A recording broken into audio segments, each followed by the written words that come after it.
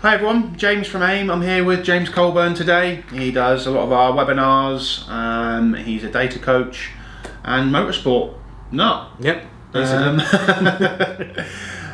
So today we're going to talk about the Solo 2 DL and all the features and what it does. Yeah, so what we thought we'd do today is sort of interview style because, slightly different. Maybe put James on the spot, ask him a few questions in terms of what's going on. I'm a big fan of the Solo 2, but the Solo 2 DL is obviously the step up that allows you to be able to start getting into that exciting realm of additional data signals, additional data inputs, and being able to use that from an analysis point of view to how you'd use it in the car. So probably the best thing to do more than anything else, James, I'm going to hand you the Solo 2 DL. In 60 seconds or less, key features of the device before we get into the next step. Okay, so the Solo 2 DL is first of all, it's a lap timer. It's also a data logger. You can connect ECU information into the Solo 2 DL. You could also connect one of our Smarty cameras, which is our video cameras. That can connect directly into the Solo 2 DL. And what you can now do with our latest version of the Solo 2 DL, which is something that everyone's been asking for many years, is you can now connect analog inputs into the Solo 2 DL. So I'm sure that will be a very well received feature that we've decided to finally bring out for you all. I think that's brilliant. I think that the challenge is going to be combination. It's what you choose, what you're going to choose to be able to put in there. So, we were just having a conversation about this just before we started the video in terms of key sort of features that we want to be able to have a look at. And so I think that in many instances there's obviously a lot of pros and cons about the use of the device, and so let's think through those in terms of many respects. Obviously adding the channels, let's talk through that a little bit.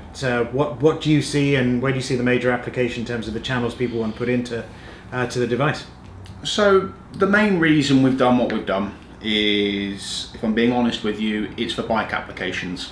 So for example, now you can just have, it's hard to hold up on the camera, but a little channel expansion, and there we've got a little potentiometer, not sure if you can see that, to signify the sensors that can go in, and it is just straightforward connection into the bottom of the DL, and now you can send all of your suspension information from the sensor on the bike through the channel expansion into the DL. So that's obviously a really small, neat setup. Obviously, all you've got is a tiny little expansion module, whereas before we used to have to run an Evo 4S, a GS Dash to run analog inputs.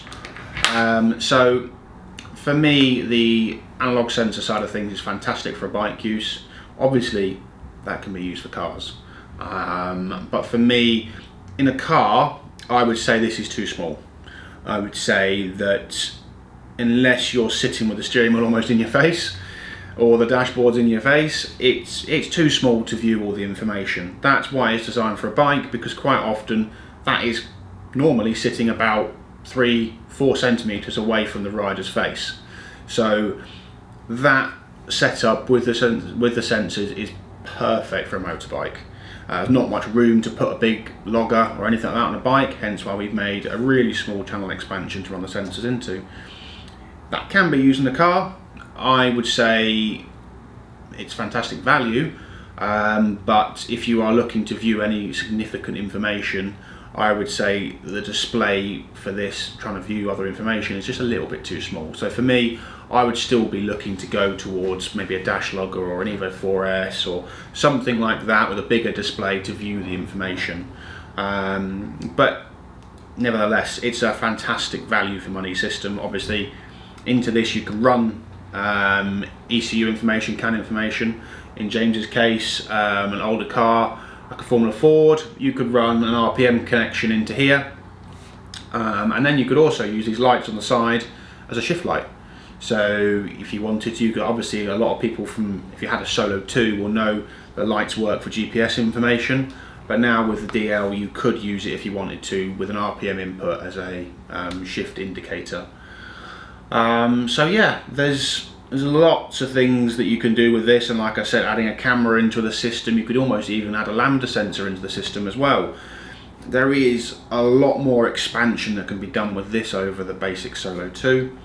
For me, this setup we're talking about with the analog inputs and everything is perfect for a bike installation. That's, in my opinion, where it sits.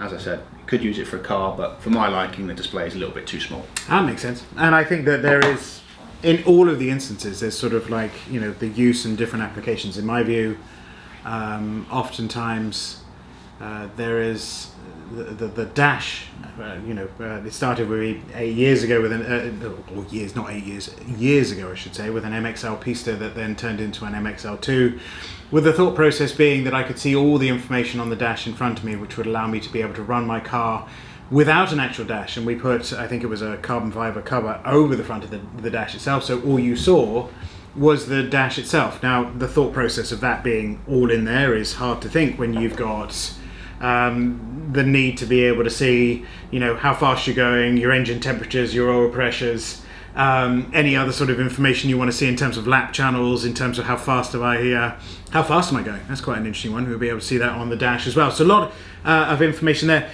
Are there limitations to the number of channels that can be expanded on this?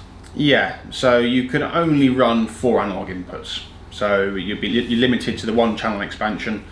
Again, the more advanced devices, you can daisy chain more expansions. With this device itself, you are limited to 4, and that's all it's ever going to be able to do.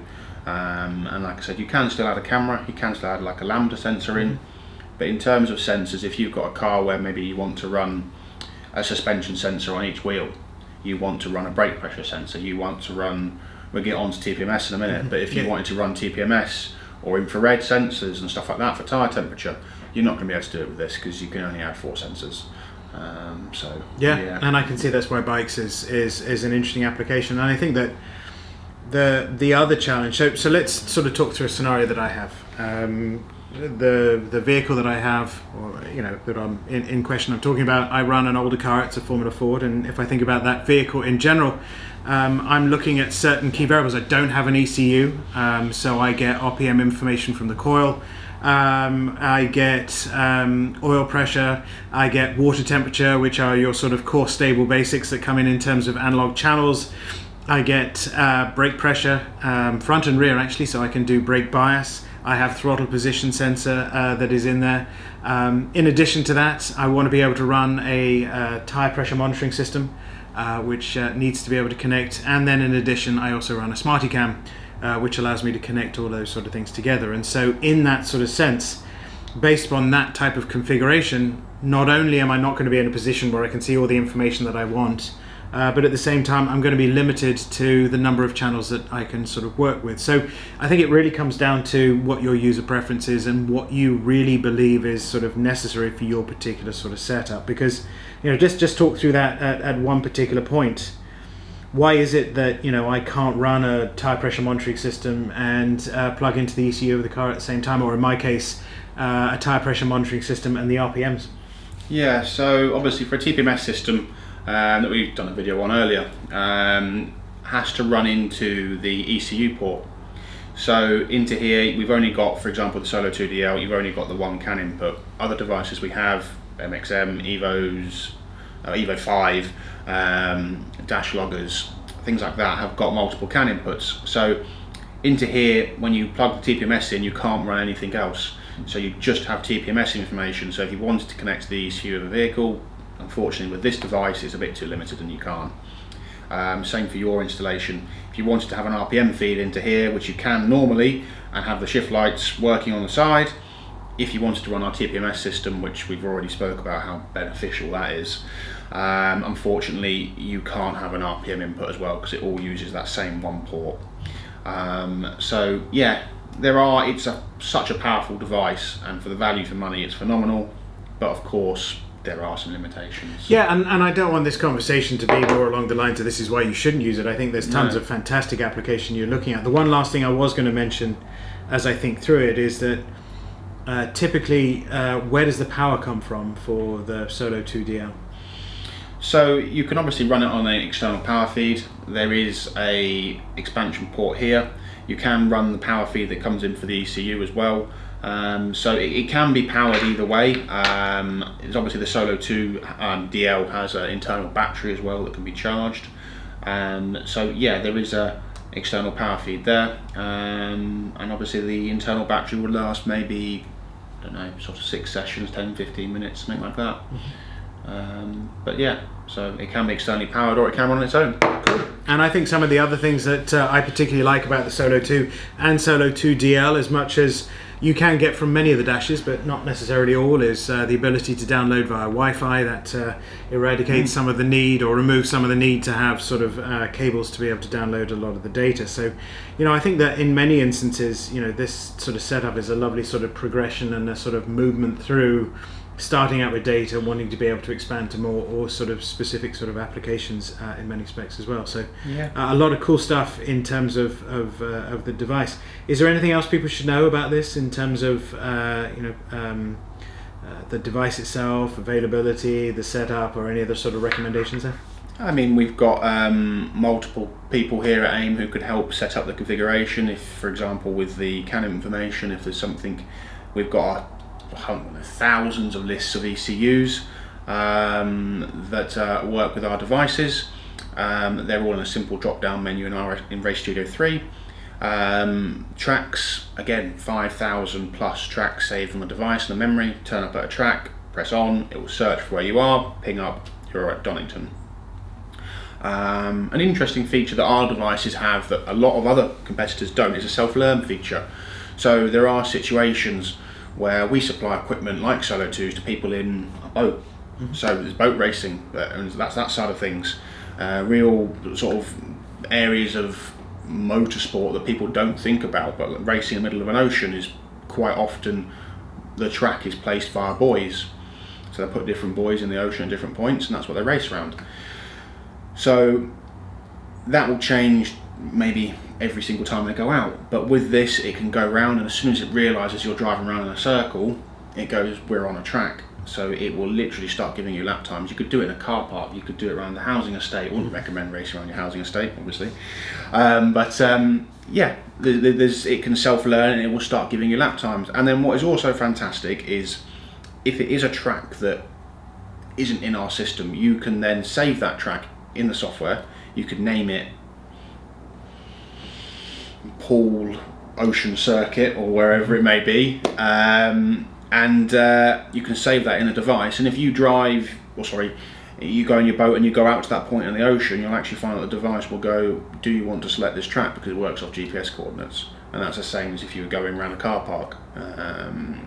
Classic example of this is I went to an event in the Bahamas, which was Bahamas Speed Revival Week that happens every year, and they built a go-kart track in the middle of a car park.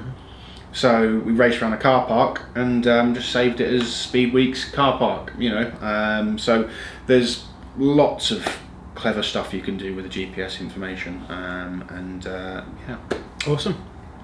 Well, brilliant. That I think that the update with the channel expansion will probably make a lot of people happy. It is and has been sort of a regular question, I would say, over the last few years that people have asked, whether it's through channels such as my own or through any kind of conversation where people, I'm sure, have come to you and said, is this a possibility? So it's nice to see it's there, and I think it's important to be able to know, the pros and cons of the particular scenario. So hopefully we covered that today. No, exactly. And like I say, for me, it is the perfect bike setups, and that's how we are marketing it. We are marketing it as a very affordable, very functional, very beneficial setup for any form of bike racing. To bring that little bit extra, rather than just lap times, you now can have the inputs that bike racing finds so important, that suspension and brake pressure, which is crucial for any serious person who races motorbikes. They'll know how important that is, and yeah, definitely. I was talking to somebody the other day about lean angle, and there's a simple math channel you can put in with a device to get lean angle, which helps. And so, good point. A great system to be able to have for bike riders, as well as people like me who just drive cars, and as a result have little or no knowledge about bikes. So I am learning a little bit as we go, and it does sound like a very versatile solution for all the different dynamics of riding a bike versus driving a car. Yeah, definitely. Or a boat. Around the Bahamas. Yeah. That'd be more fun, wouldn't it? But nice and warm. It would be. But yeah, no. Okay, well, thank you very much for coming in and talking through this device with us. It's been great. I hope you guys have enjoyed the video. And like I say, if you've got any inquiries about this, like I say, it connects to thousands of different vehicles, bikes, cars, boats, all sorts of stuff. If you've got any questions regarding that, just come to aimshop.com. On there we've got a live chat feature, we've got a contact number, we've got an email address. Whatever way you want to reach out to us, there's always someone here that can answer your questions 9 to 5. So yeah, drop us a message, drop us a call, and we will help you out best we can. But thank you very much for watching. Thank you for coming in. Thank you. Yeah, thank you.